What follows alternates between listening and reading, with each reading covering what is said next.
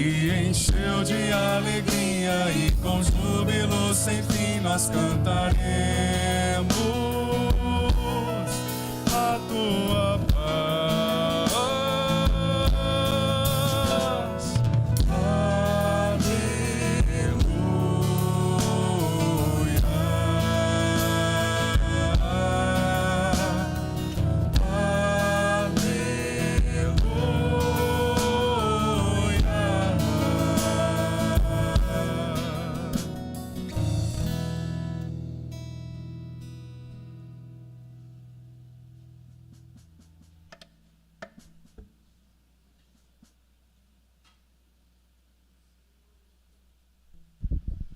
O Senhor esteja convosco. Ele está no meio de nós. Proclamação do Evangelho de Jesus Cristo, segundo Lucas.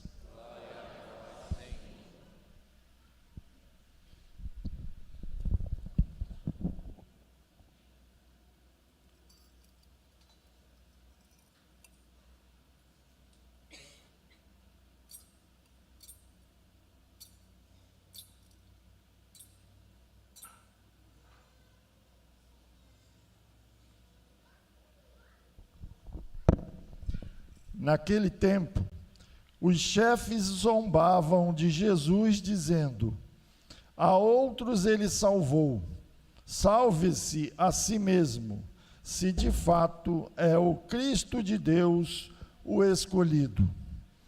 Os soldados também caçoavam dele, aproximavam-se, ofereciam-lhe vinagre e diziam: se és o rei dos judeus, salva-te a ti mesmo. Acima dele havia um letreiro: este é o rei dos judeus. Um dos malfeitores crucificados o insultava, dizendo: tu não és o Cristo? Salva-te a ti mesmo e a nós. Mas o outro o repreendeu, dizendo: nem sequer temes a Deus, tu que sofres a mesma condenação? Para nós é justo, porque estamos recebendo o que merecemos, mas ele não fez nada de mal. E acrescentou: Jesus, lembra-te de mim quando entrares no teu reinado. Jesus lhe respondeu: em verdade eu te digo, ainda hoje estarás comigo no paraíso. Palavra da salvação. Glória a vós, Senhor.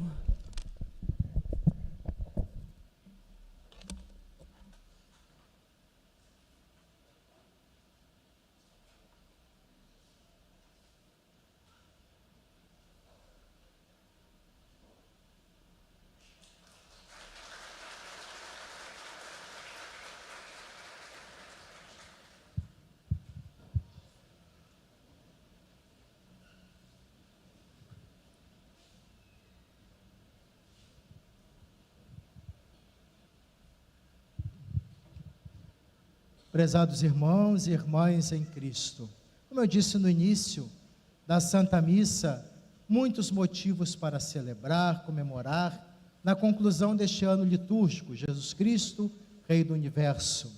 Interessante até a gente conhecer um pouco a história, o porquê a Igreja escolhe o último domingo do ano litúrgico para esta solenidade. Num período difícil para a Igreja, início do século XX, somente quando tem a ver com a história da nossa diocese também, foi criado em 1922, Papa Pio XI, ele institui essa solenidade. Por quê?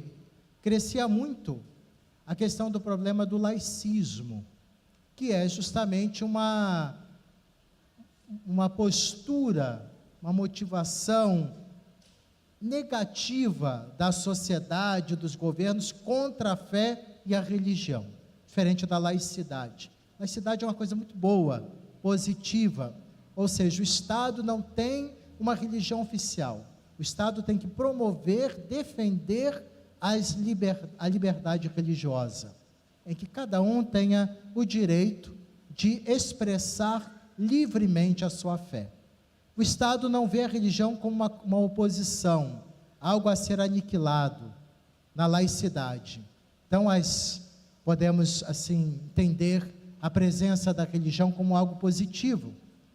Expressões religiosas nas praças públicas não é algo que causa dissabor na laicidade do Estado. Se respeita a história.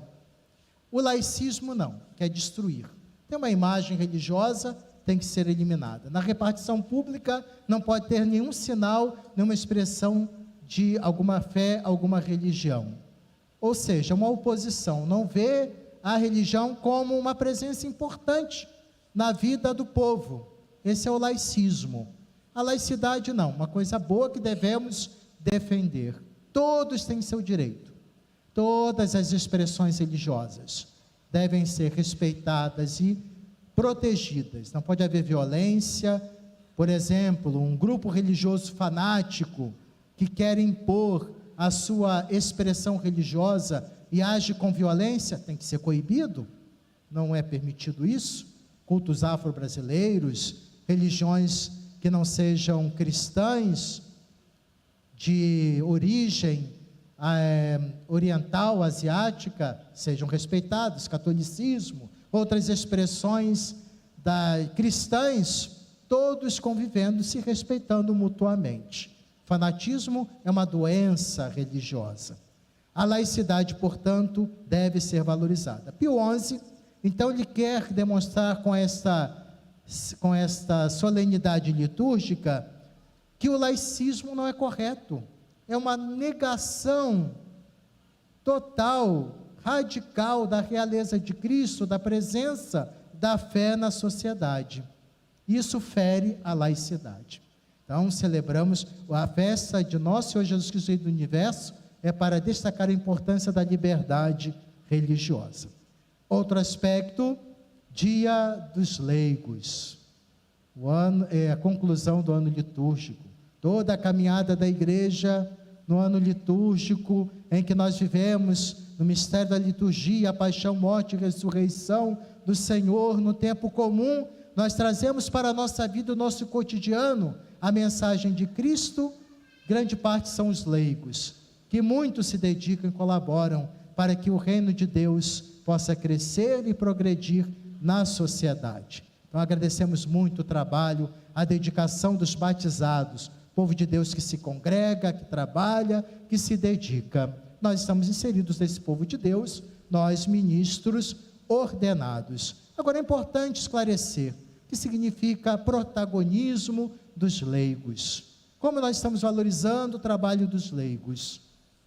É importante ressaltar que não se valoriza o leigo ocupando o lugar que é próprio do ministro ordenado, e nem o ministro ordenado fazer aquilo que é próprio do leigo.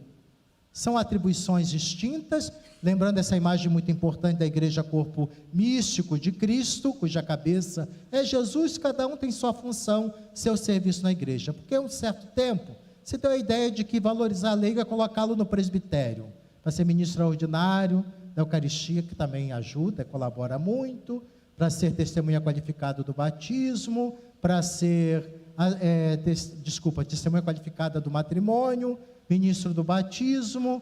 Isso não significa valorizar o leigo, ele está colaborando naquilo que é próprio do ministro ordenado. Essa é a questão. Inclusive a questão de dar a comunhão na igreja é um serviço. O padre, o presidente da celebração, está preparando a mesa do Senhor. É a Santa Ceia. Ele prepara para servir o povo de Deus que está congregado em nome do Senhor. Ele distribui a Eucaristia, ministro ordenado, porque Jesus disse: dai-lhes vós mesmos de comer, aos apóstolos e seus sucessores. Eu faço questão de dar comunhão na igreja, porque eu sou o garçom de vocês, desculpe o termo, estou para servir, servidor, primeiro servidor. Engraçado, para ficar sentadinho na cadeira presidencial, enquanto os ministros extraordinários vão distribuir a comunhão. Tudo bem?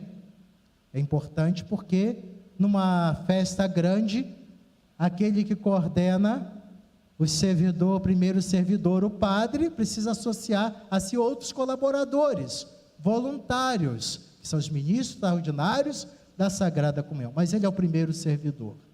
Está ali para celebra com o povo, preside em nome do povo para servir. A Eucaristia acontece pelo ministério sacerdotal e depois ele vai servir, distribuir a Eucaristia e se associa a si outros ministros ordenados e também os que são voluntários para o serviço também.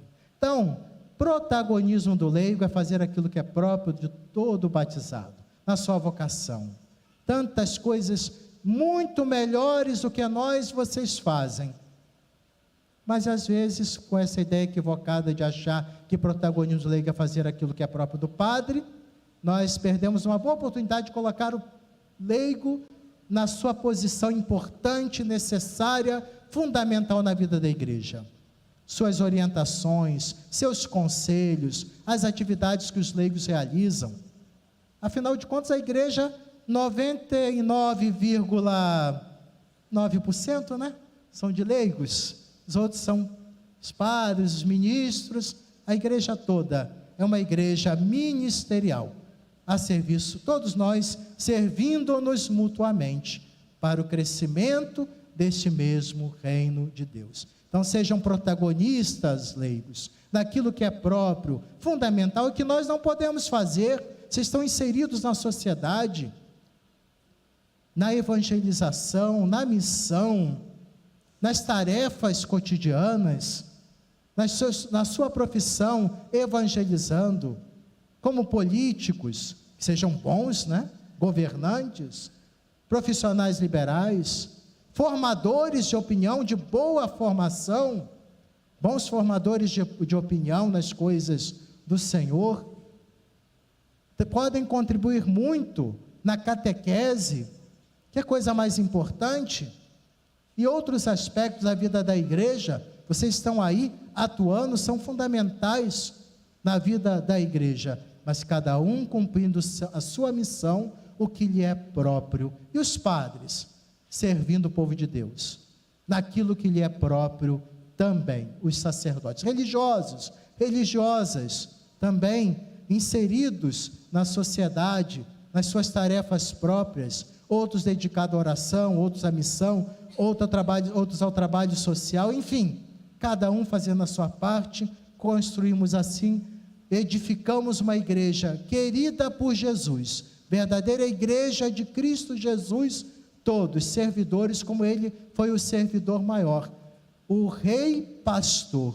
Quando a gente fala de Jesus Cristo, rei do universo, lembremos-nos que o trono de Jesus foi a cruz, uma madeira entrelaçada. A coroa dele foi uma coroa de espinhos, e mesmo naquele momento, sempre cumprindo a sua missão como um rei pastor, salvando, dizendo: aquele ladrão arrependido, hoje estarás comigo no paraíso. Nem tudo está perdido. Ele acredita na mudança nossa, naqueles que estão enveredando por caminhos tortuosos, indignos, podem se converter. O rei pastor está ali. Minha leitura fala do rei Davi, grande modelo do rei para os judeus, mas Jesus veio dizer muito mais. Ele fala: meu reino não é deste mundo. Por que fala isso Jesus? Porque meu reino não pode se confundir com a violência, com a corrupção, com o desmando, com o egoísmo, como muitos reis do passado faziam, promovendo guerras, destruições, invasões. Eu sou o rei que não manda os outros para morrer por mim, eu morro pelos outros. O rei pastor, Jesus, que é um modelo para todos nós em nosso caminhar de fé, em todos os desafios que hoje a sociedade nos apresenta.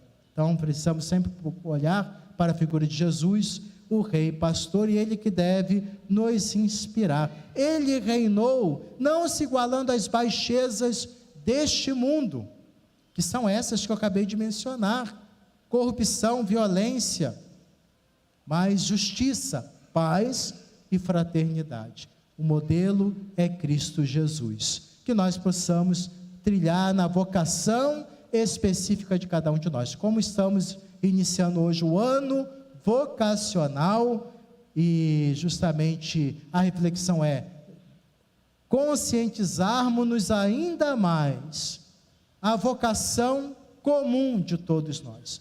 Todos somos vocacionados. Vamos aproveitar bem o ano vocacional. O tema graça e missão. Tudo é graça. O que nos move é a graça de Deus. Salmo 113 já nos diz: não a nós, Senhor, não a nós, a Ti seja dada a glória. Tudo o que fizermos. As pessoas reconhecem nosso trabalho, se alegram com nosso serviço. Rezemos interiormente: não a nós, Senhor, não a nós, a Ti seja dada a glória. O lema: corações ardentes, pés a caminho, e Jesus chamou os que Ele quis. Começa hoje o ano vocacional e termina próximo ano, 23 de novembro de 2023. Qual o objetivo? Despertar para uma cultura vocacional. Onde estão os ambientes favoráveis para a vocação? Começa na família, comunidades, na sociedade, um leque que deve se abrir de vocações. A importância da vocação matrimonial. Nossos jovens se preparam no mínimo 7 anos para serem sacerdotes. Como está a preparação matrimonial dos nossos jovens para abraçar uma vocação que é para a vida toda, constituir família, como é o caso dos religiosos, religiosas, dos sacerdotes?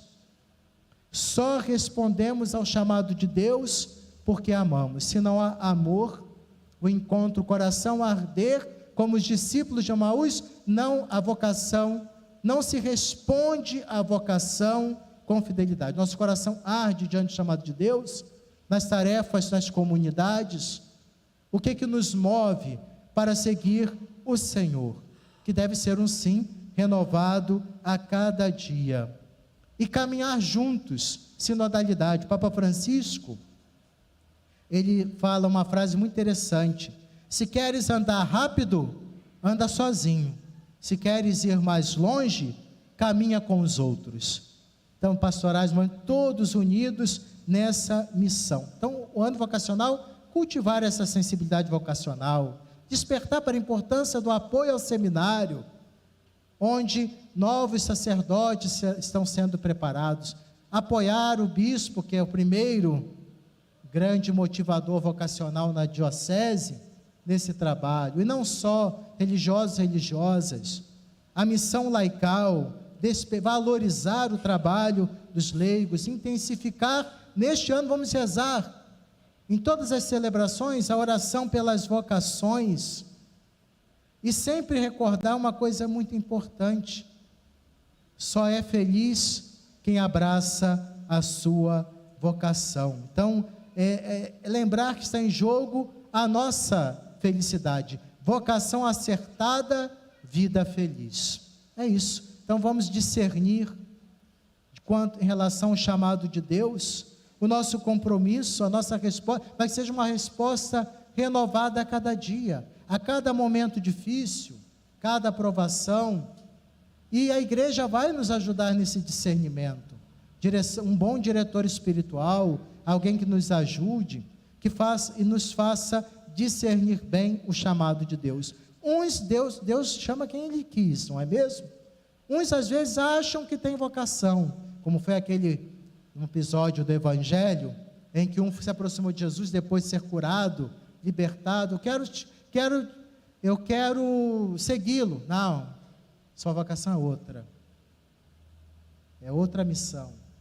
Outros que às vezes o Senhor chama, responde não, como o jovem rico. O coração estava tão cheio de tantas coisas, apegos desse mundo, que não teve a coragem de responder. Então, como diz, vocação acertada, vida feliz, ele não acertou no discernimento, e ele voltou para casa triste, cheio de dinheiro, rico de bens, pobre na sua existência. Então, é um caminhar. A importância desse ano vocacional é para que a gente reflita. Todos nós somos vocacionados. Veja Maria mãe das vocações, vocacionada para ser a mãe de Jesus. Uma vocacionada que precisou responder: sim, Senhor, faça-se minha sua vontade, em momentos tão difíceis, até o fim, até a cruz em que ela de pé contemplou a entrega de seu filho. A gente começa a dizer sim ao Senhor, na empolgação, e depois, na caminhada dura, empenhativa, mas de muita realização que vai acontecendo como consequência deste sim. Qual é a nossa? Eis-me aqui, Senhor, faça-se minha vossa vontade. Ou, não, Jesus, aceitei, mas não é isso não, né? Aceito dependendo. Esse aceitar assim condicional não serve, é uma entrega total. Então, que o ano vocacional nos inspire, todos vocacionados para a missão, para construir em nome do Senhor o reino de Deus, e que caminhamos firmes na fé, renovados na esperança.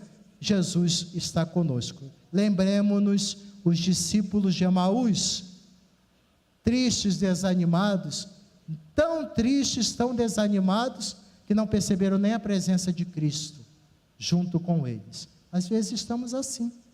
Jesus Eucarístico é a presença dele, a palavra dele, o irmão que caminha conosco, em nome de Cristo. Sintamos arder os nossos corações renovados em nosso compromisso de amor, que realmente nossa vocação seja acertada e tenhamos uma vida feliz e realizada, que não é acomodamento mundano das coisas do mundo, mas a alegria de servir na luta, na perseguição, nas dificuldades. Se Deus é por nós, quem será contra nós? Nos fala São Paulo, um grande vocacionado missionário também. Caminhamos firmes na fé e não desanimemos diante das dificuldades da vida, possamos dar o testemunho dessa entrega e fidelidade a Deus no nosso sim, na nossa vocação. Amém.